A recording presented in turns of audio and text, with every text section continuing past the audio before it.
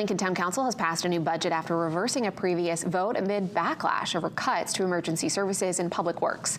At an emergency meeting last night, the council voted 5-2 to approve an $11 million budget, up from the $9.9 million plan passed a month ago. Proponents of previous cuts pointed to rising property taxes, with some councilors who previously voted to approve the first budget saying lowering those taxes is what they campaigned on. But first responders and residents warned the reductions could impact public safety, with departments saying they'd have to cut staff to meet the smaller budget. After considering 3 options, councilors approved the town manager's base budget, the highest of the proposals.